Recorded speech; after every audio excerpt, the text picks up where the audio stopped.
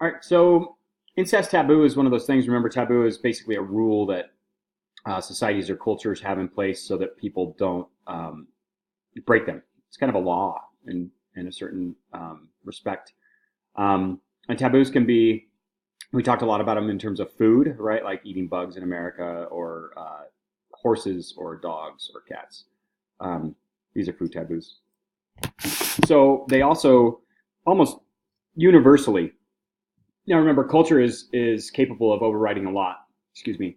Um, and an incest taboo is definitely a cultural universal, minus some of the groups, maybe like the Pharaohs or the Habsburgs or um, some of these other elite dynasties that tried to keep the bloodline pure.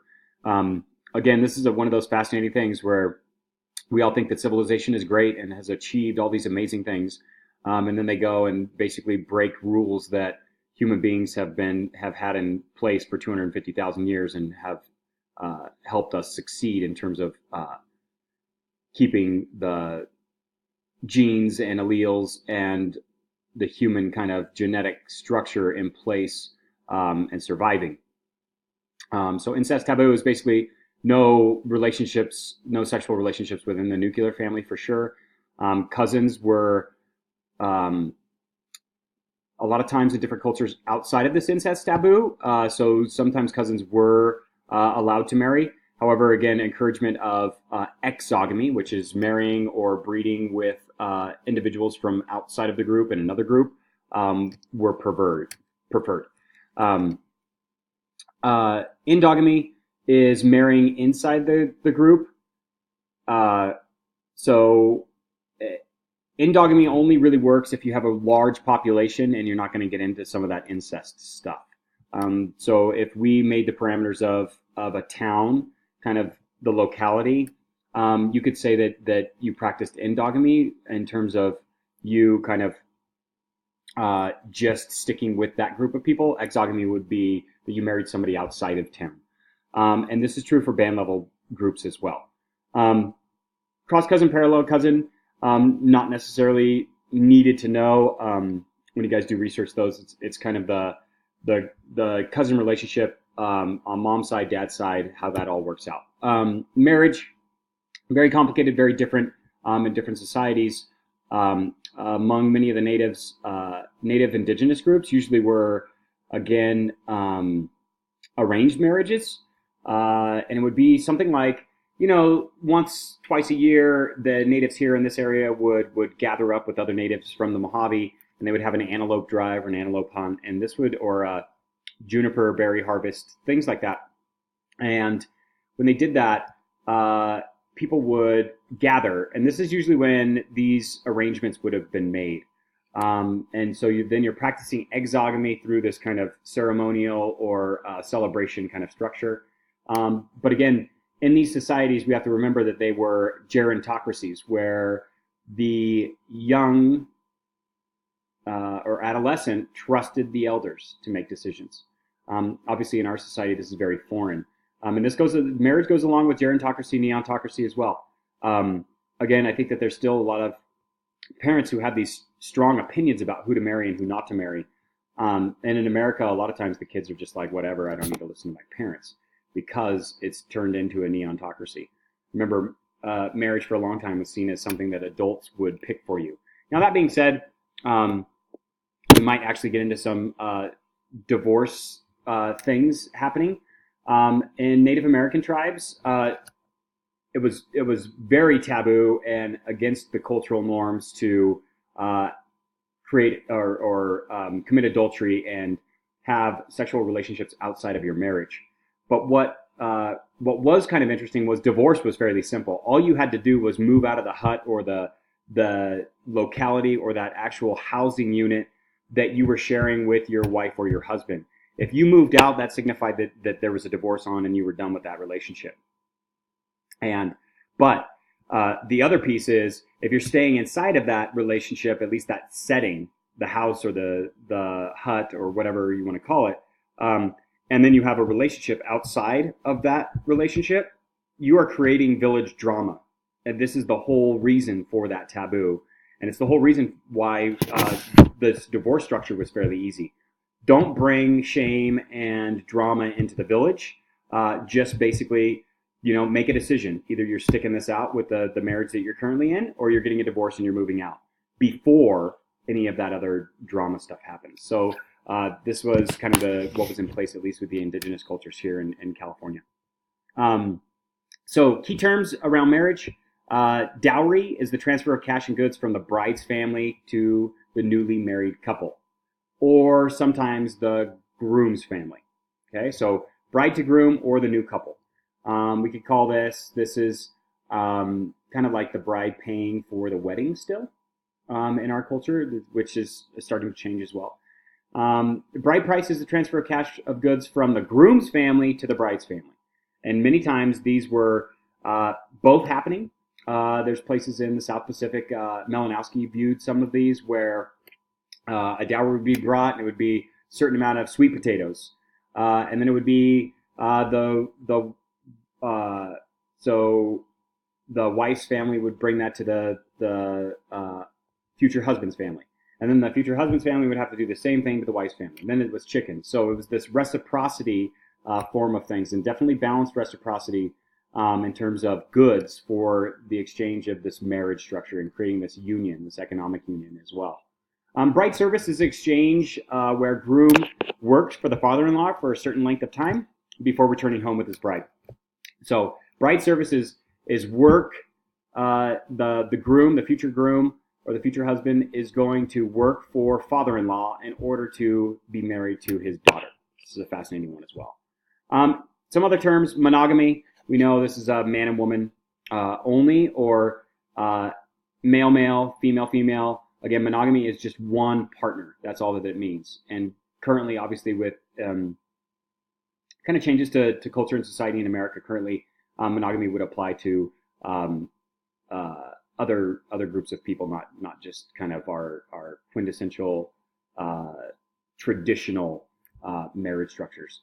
And again, when we look into Bardash and some of these other groups, monogamy was still in place, but it was like third genders participating in that. Polygamy is the overall having multiple wives or husbands. This doesn't necessarily determine whether or not it's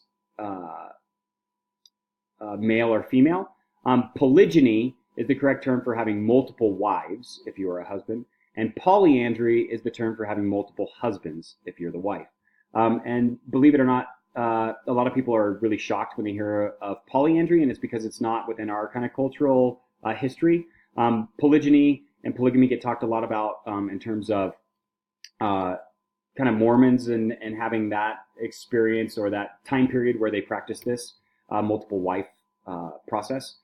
Polyandry definitely happens in places like China, Tibet, where there are multiple husbands and one wife. Now, what we should understand also is that if this is happening in Asia, let's ask first why, and then what is the function. So again, in Asia for a long period of time, males have been the preferred child, right? So abortions, infanticide, those kinds of things were happening if there were females being born. Now, out of that, you get more males than females. So polyandry from a materialistic perspective makes sense if you have more males than females.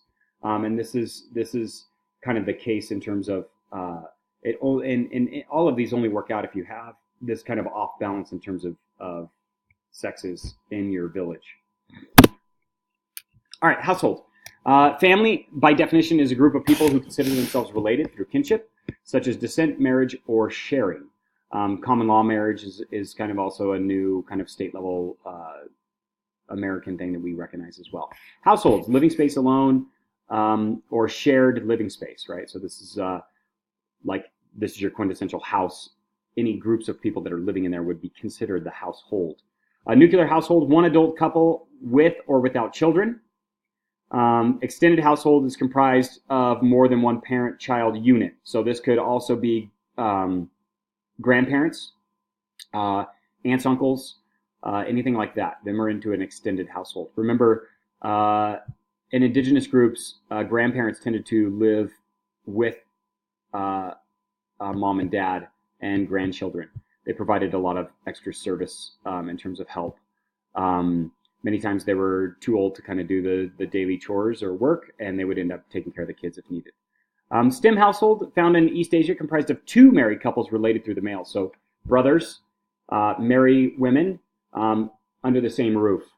And again, we could ask the function of that, right? And people many times go, "What? That's so out of this world." But I've lived in a STEM household before, not necessarily related to my brother, but best friend, kind of, and another couple. What it does do is it definitely eliminates all the chore burden on one couple or even one individual. I mean, in a sense, you could kind of break up the days in terms of making dinner and taking out the trash and all those other things, and they could be broken up into different roles.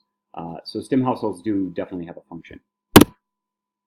Household roles and makeup. Head of household is the person responsible for supporting the household. In Western society, this is related to income.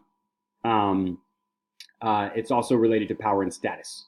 Matrifocality is women as the central kind of stable domestic figure around whom other members cluster. This is a fascinating thing that happens. I could say that my grandmother was this individual, and now kind of my aunts and my mom, they're kind of trying to figure out who's going to take over that matrifocality role. It's still kind of been processed since my grandmother passed away a couple years ago. So this is an interesting thing where the family kind of gloms on to one individual, and it's usually the matriarch of the family is what they usually call it. So this is matrifocality. Spouse-partner relationships, role and status, you need to be thinking about, I mean, what are the roles of kind of married couples, but also siblings and or in these households? What are the roles? What does status look like? Obviously, in the United States, status for women has changed a lot since kind of the 1950s, moving into today. It's not exactly equal, where women are still kind of making the 75 to 85 cents to the male dollar. So status is still an issue in America in terms of equality. And this goes back to kind of the head of household issue as well. Other household topics we get into are things like define proper behavior, role of the wife and husband in East Asia. In your book, it talks about Japanese and East Asian culture in terms of the men's responsibilities. A lot of this, if you read about it, it reads a lot like the show Mad Men or the 1950s kind of style, where men are going off to the office and drinking and hanging out with their bosses until the wee hours of the night and doing whatever they want to do, really. And then kind of coming home and expecting the household to be taken care of by the wife.